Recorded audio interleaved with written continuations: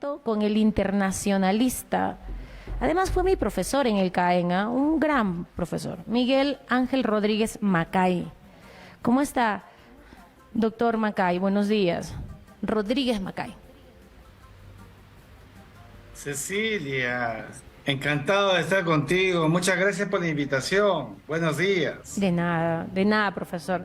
Usted no sabía que cuando yo estudiaba la maestría de Defensa y Desarrollo Nacional, era mi profesor de Derecho Internacional, pero a la vez era profesor de Derecho Internacional de mi hijita, que estudia la carrera de Relaciones Internacionales en la UCIL. Entonces, antes de que entrara con nosotros, porque nosotros estudiábamos más tardecito, usted tenía clases con ella, escuchaba su voz, y luego en mi clase ella escuchaba su voz. Y era algo curioso, ¿no? Que teníamos en común con usted. Me da mucho gusto de tenerlo. Mí, entonces, ¿eh? Un honor para mí, doble. Gracias. Exministro, un internacionalista que ha recorrido muchos cargos, tiene una visión muy amplia del país. Un hombre del que yo aprendí muchísimo. Y aprendí que los países no tienen relaciones, doctor, tienen intereses. ¿Cuál cree que sea el interés ahora en toda esta situación de los países? Bueno, fíjate, Cecilia, y seguirá siendo así, en el sistema internacional, la regla es también el poder internacional. Los actores visibles, todos, buscan sacarle el mayor beneficio al partido para los intereses del Estado. Y eso va a pasar siempre. Ningún país se junta a otro solamente porque quiera ser bondadoso con los intereses del otro Estado. Todos van a buscar ganar todo lo más posible en provecho del interés nacional, que es algo que deberíamos siempre tener presente. El sistema internacional, el mundo está muy movido, y muy movido como está pasando en el Perú. Hay mucha tensión, mucha polarización.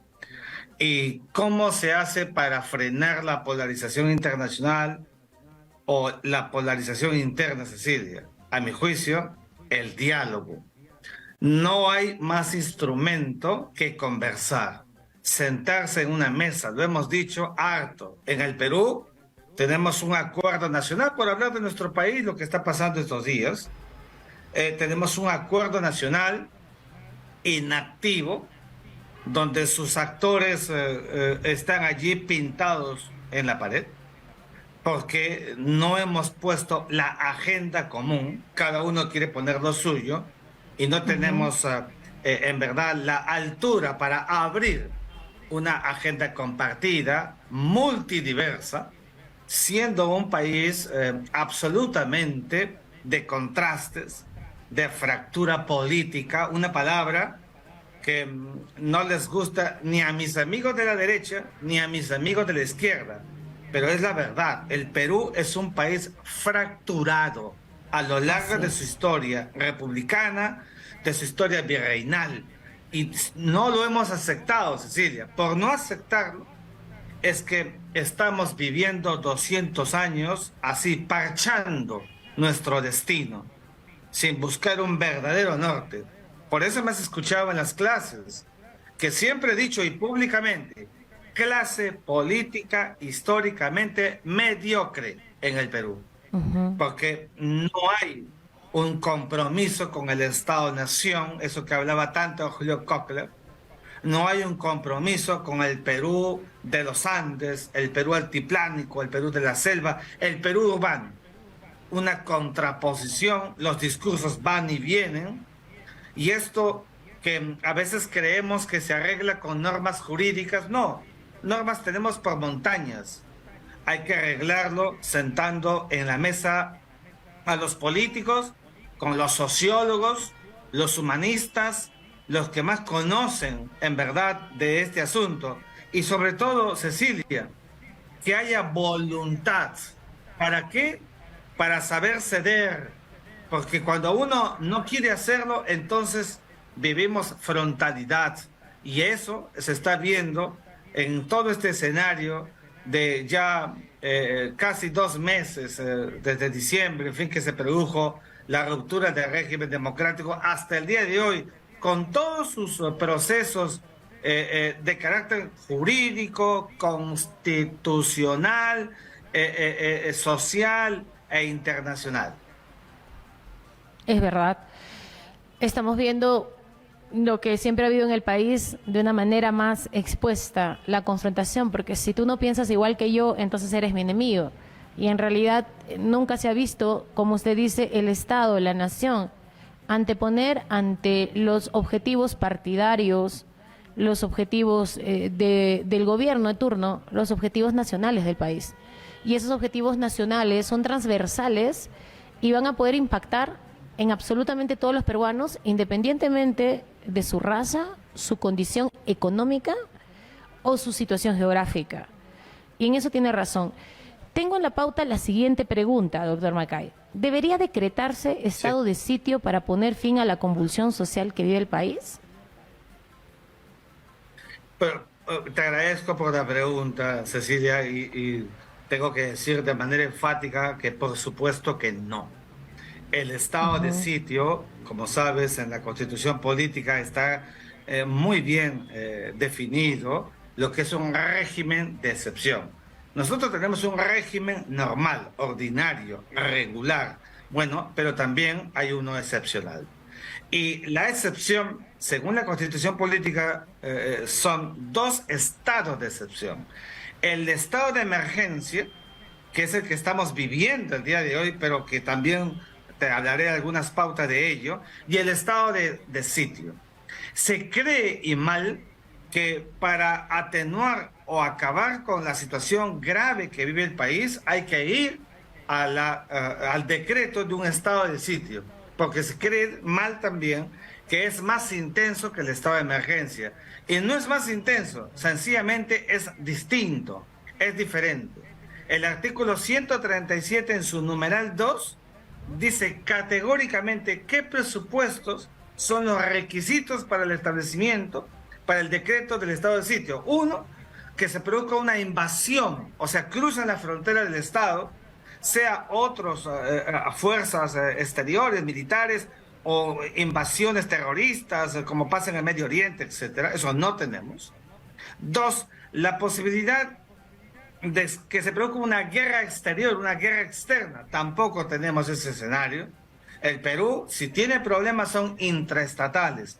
No tenemos una conflagración bélica con otro país. No tenemos por qué decretar el estado de sitio. Y tercero, Cecilia, que sobrevenga una guerra civil. Mira, el Perú, con toda la convulsión que tiene, no estamos en una guerra civil. Porque la guerra civil, ya por su propio nombre, de acuerdo al derecho internacional, comporta que haya dos partes beligerantes, dos partes en combate. El Estado y aquellos que se levantan contra el Estado, irrumpen contra el Estado. Y eso no tenemos. Lo que hemos tenido en el pasado ha sido la acción del Estado, por ejemplo, en los años 80, contra el terrorismo. Y el terrorismo está calificado, de acuerdo con la Constitución política y las normas jurídicas, como actos delincuenciales. Entonces, el día de hoy hay protestas nacionales, y en el marco de la protesta tenemos que subrayar, ¿no? En el marco de las protestas ciudadanas, camuflan, y muy bien camuflados, muy pocos terroristas que hacen mucho. Esto es muy importante. Y entonces no estamos para calificar a un escenario como el actual como un estado de sitio, porque te imaginas los terroristas, que son muy pocos, camuflados entre muchos peruanos del interior que están viniendo a Lima, en verdad van a ser declarados ipso iure, de puro derecho, combatientes, beligerantes. Nunca lo han sido. Tenemos que cuidar. Y más bien, Cecilia, lo que vengo diciendo últimamente, que tenemos que hacer que el estado de emergencia se aplique en su exacta dimensión. ¿Qué significa esto? Que las Fuerzas Armadas, de conformidad con la Constitución política, asuman el control del orden interno en el país, y más bien sea la Policía Nacional la que apoye. Hasta ahora sigue siendo al revés, a la inversa, y necesitamos eso en todo el país para que haya orden. Orden, y acá enfatizo, orden no significa abuso de autoridad. Y por eso es que mi llamado, no sé qué hora es, ya van a ser las 11 de la mañana, hace buen rato, los detenidos por el ingreso ayer de la Policía Nacional en San Marcos deben ser puestos en libertad. Tenemos que tener claro, un trabajo de inteligencia en el marco de un estado de emergencia debió saber qué cosa estaba pasando adentro de San Marcos. La DINI debía haber sabido. La policía no es que entraba así como a oscuras sin saber qué iba a encontrar. Un trabajo de inteligencia hubiera identificado si es que habían terroristas. Creo que hay 4 imputados, ¿no es cierto?, para diferenciar con los estudiantes. Claro que sí. Y un trabajo de inteligencia, y también causa de pronto cierta desconfianza, porque ellos que tienen el imperio, el poder, podrían imputar a alguien falsamente. Podrían hacerlo.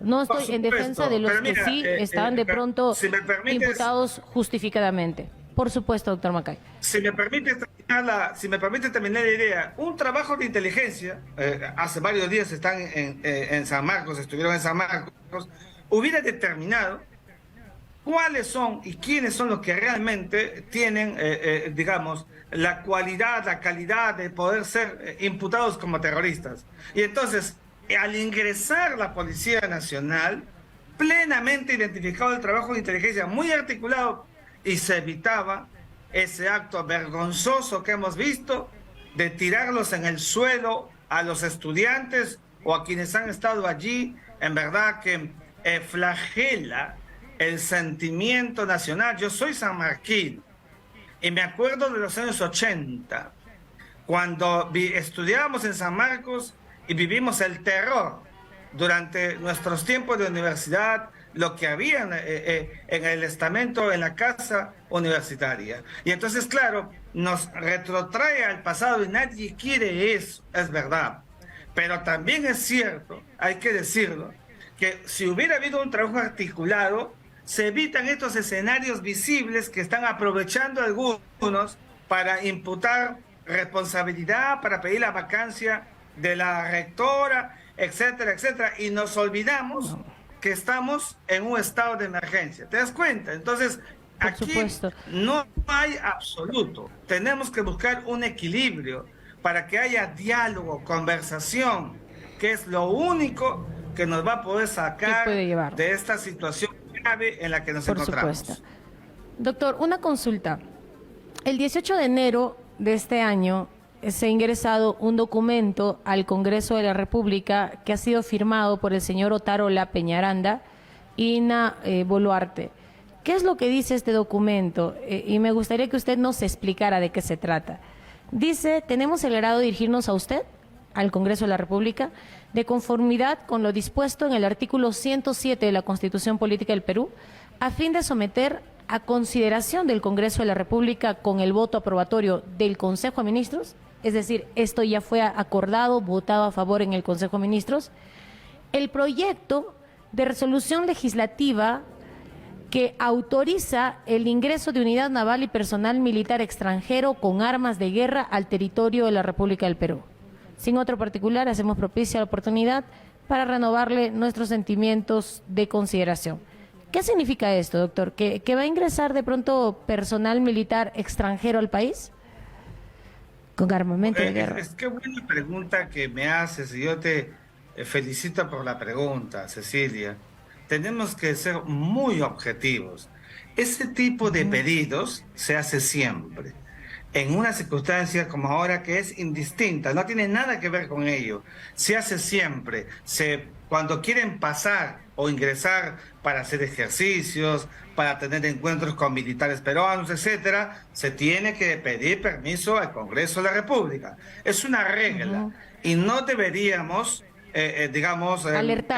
sorprendernos de que ello se produzca. Es la normalidad y se tiene que hacer porque el Perú, como sabes, es un estado soberano y ninguna fuerza armada puede ingresar en el territorio nacional, sea aguas, mar, aire o espacio físico. Tiene que tener autorización del Congreso y no hay ninguna relación entre la autorización del Congreso para que ingresen fuerzas extranjeras armadas con la crisis que vive el Perú en este momento. La situación que estamos viviendo. Entonces, no debemos alertarnos de que vaya a haber más violación de derechos humanos, de que lo están haciendo por esta situación. Doctor Macay, en el mundo siempre ha habido este tipo de situaciones en diversos países. Chile pasó esto aproximadamente en el 2019 y esto devino de pronto en la reforma del sistema previsional, que era una de las luchas que ellos tenían. Estaban peleando por una nueva constitución, están en el proceso de hacer una nueva constitución. La Asamblea Constituyente ha presentado un documento que no ha sido aprobado. Pero en el mundo, ¿cómo se manejan este tipo de crisis? ¿Está permitido que si de pronto van a afectar un activo crítico nacional como un aeropuerto o una comisaría, los policías tienen libertad de poder disparar para defender estas infraestructuras? ¿Eso se da en todo el mundo o solamente se da en Perú? No, en ninguna parte del mundo, Cecilia, está permitido disparar a quemarropa o por libre albedrío en ninguna parte del mundo. Lo que tenemos que entender es que en un Estado, el titular de la violencia legítima, yo te voy a pasar un artículo que acabo de escribir sobre ello, es el Estado. A través de la Policía Nacional o las Fuerzas Armadas, ellos son los que se arrogan esta prerrogativa en nombre del Estado, pero tampoco significa el abuso del derecho para, como Django, empezar a disparar. Eso evidentemente lo proscribimos. Eso nunca debe pasar.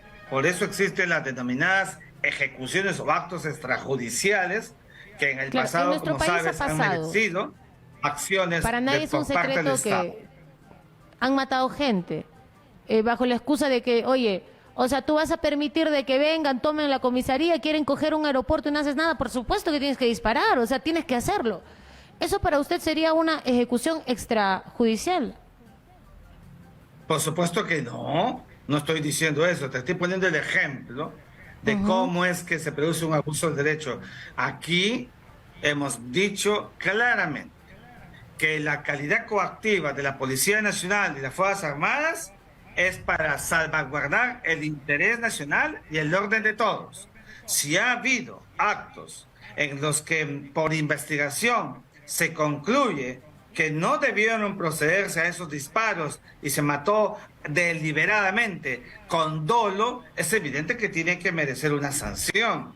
Pero cuidado, el límite entre la acción coactiva del Estado y el derecho humano a que se preserve la integridad, ese límite es el que tiene que ser objeto de la investigación y considerar, Cecilia, que estamos en un régimen de excepción, en un estado de emergencia. Entonces, mal se haría que a los que nos van a solventar la tranquilidad nacional, el orden nacional, ¿no es cierto?, le imputemos las 51 muertes, debilitando al Estado, debilitando sus fuerzas tutelares, y cuando en el marco, ¿no es cierto?, de las vorágines de protestas, hay, como te dije al comienzo, 4 o 5 terroristas que se camuflan y crean todo este estado de zozobra y para generar una debilidad en el Estado a sus Fuerzas Armadas. Tenemos que tener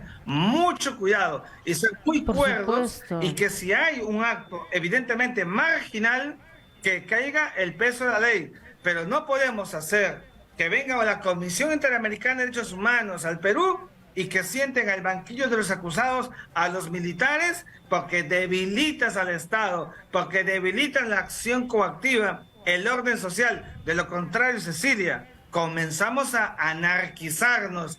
Y la anarquía, mira Haití, la anarquía, mira Libia, la anarquía, mira Somalia, mira Yemen. Es en verdad un escenario donde se pierde el control interno, y eso tenemos que evitarlo. Tiene que haber orden, y en el orden hay que asumir responsabilidades, pues, porque yo escucho al presidente del Consejo de Ministros, por ejemplo, para volver a San Marcos, que es lo que está sonando el día de hoy, ayer todo el mundo critica, habla, ¿no? Es que no, hemos ingresado porque nos lo pidió la rectora de San Marcos. Por favor, seamos claros.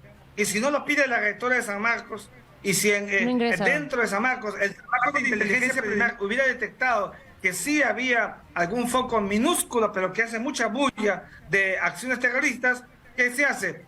Tenemos que asumir, el que tiene autoridad tiene que asumir el rol como corresponde. Y yo creo que si no marcamos la pauta con orden, nos vamos a desaforar, vamos a desbordar. Por eso te decía inicialmente, con derechos humanos no al costado, sino muy pegadito.